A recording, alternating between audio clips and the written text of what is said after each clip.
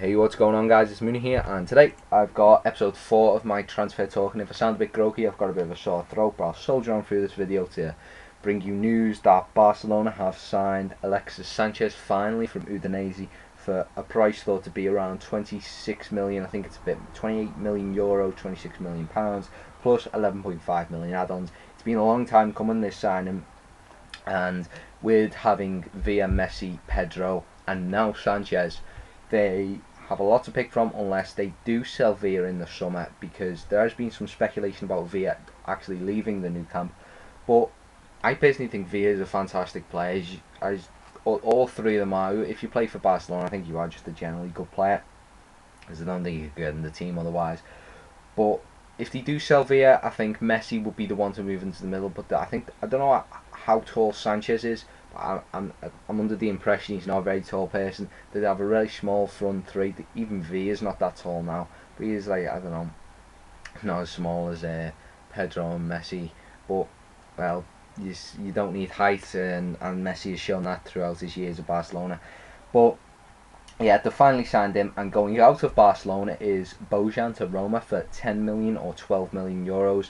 Now, there's a clause in this contract that if Barcelona want to sign him back in 2 years' time, I think that's the end of the 2012-2013 season, they can, for the same price or 2 million more, depending, say, on the economy and that at the time.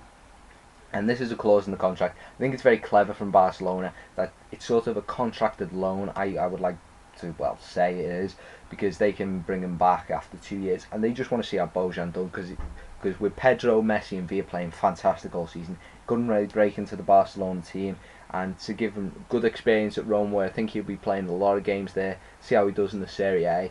It's a good chance for Bojan to shine and maybe come back to Barcelona and be in that team. Now, moving on to Chelsea. Chelsea have been linked with Javier Pastore. I think I've mentioned this in the first episode or the second episode, but Palmero have said that they only will take money for Pastore. It must have been speculation that Chelsea were going to offer sort of money and a player for him, but they have said they only want money, and that could put Chelsea off if they're not willing to pay, with signing Torres for 50 million in the summer, and David Luiz as well, and probably bringing more people in as well.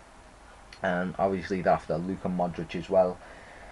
And they are also after Lukaku, who is compared to Didier Drogba, or said to be the new Didier Drogba. He's about 6'4", 6'3", so he's a really big guy, really strong as well. And he could be the new Didier Drogba, but the Chelsea boss has said that they don't need the new striker, so they may not get him, or he may be playing a bit of mind games to try and, I don't know who he plays for, Lukaku, but to play mind games with the club that he plays for. But I think it is a strong suspicion that they will get him. Also, Tevez has been filmed talking to Inter Milan's sporting director whilst on holiday. Now he is now odds-on favourite to play for Inter Milan. And I suppose that wouldn't be a bad move, but if he wants to move closer to his family, I believe he's still in Argentina.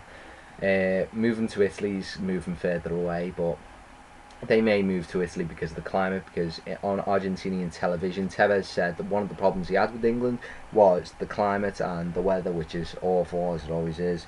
And maybe they will move to Italy, and maybe it will be a good move for him. Also, Everton have turned down a £10 million bid for Jagielka.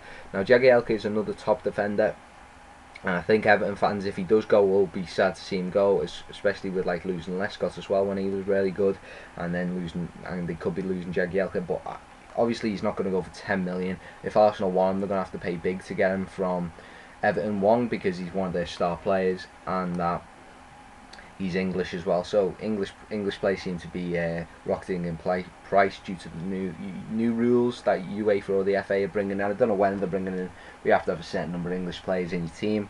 And if he is going to go, I don't know if he will go, how committed he is to the club. You just don't really know that until he signs a new contract, says no, I want to stay with Everton, or actually leaves for Arsenal under the club. And finally, Stoke are lining up a £8 million bid for Momo Sissoko.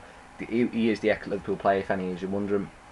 He's not that bad. He didn't do great at Liverpool, but he was an alright player, and I think he'll do well at Stoke. And there's not really that much, well, there is no paper talk really, so no hefty rumours or speculation. But if you did enjoy the video, guys, give a thumbs up and comment about any new transfer news that I've missed out, and I'll see you guys later.